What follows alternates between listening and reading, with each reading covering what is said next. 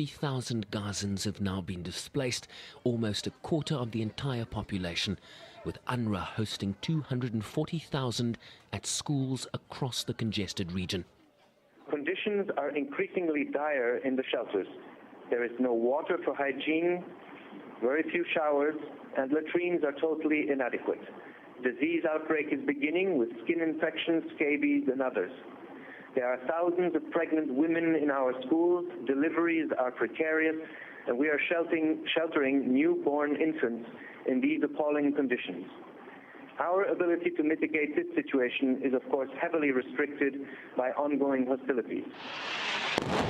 Over 103 UN facilities have come under attack, including a school in the Jabalia district on Wednesday morning, in which 19 people were killed while they slept.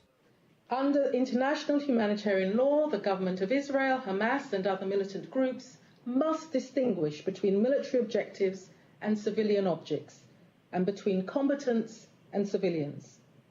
They must also avoid harming civilians or civilian objects and protect them from the effects of military operations. In the absence of a lasting ceasefire, the UN has also called for daily, predictable humanitarian pauses to the fighting.